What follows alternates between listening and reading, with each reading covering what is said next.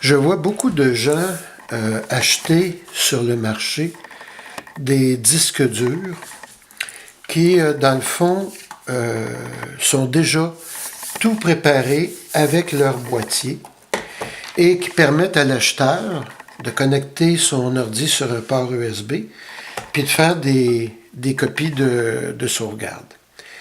C'est un bon système. Cependant, moi, j'ai eu quelques problèmes avec ça.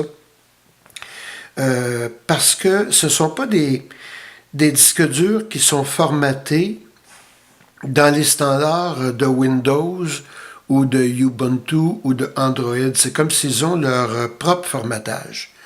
Fait que quand il y a un problème avec le disque dur, c'est un peu plus difficile de pouvoir trouver et la solution et de pouvoir leur échapper. Il y a un autre système que j'aime beaucoup, qui est un boîtier pour disque dur. Alors, le principe est assez simple. Vous avez une section ici qui se détache de l'ensemble du boîtier.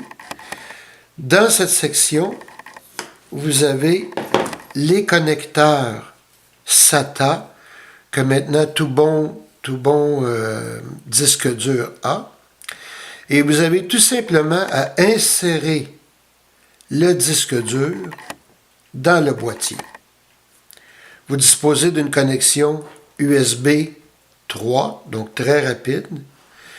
Vous l'alimentez par ici et évidemment, vous avez le contrôle de votre volume. L'avantage d'un boîtier comme ça, c'est que je peux, par exemple, si je collectionne des films, je peux emplir un disque dur de film ou de musique ou de photos. Quand il est plein, j'inscris ce qu'il y a dessus, j'enlève le disque dur du boîtier, j'installe un nouveau disque dur avec le même boîtier. Et lui, je peux même le garder dans un endroit hors de ma maison. En cas de feu ou de vol, j'ai une copie supplémentaire extérieure. Un petit mot pour dire que la même chose existe pour les petits disques durs de type laptop. Il y a aussi des boîtiers qui fonctionnent très bien et qui peuvent se brancher avec votre connexion USB 3. Voilà pour les disques durs externes.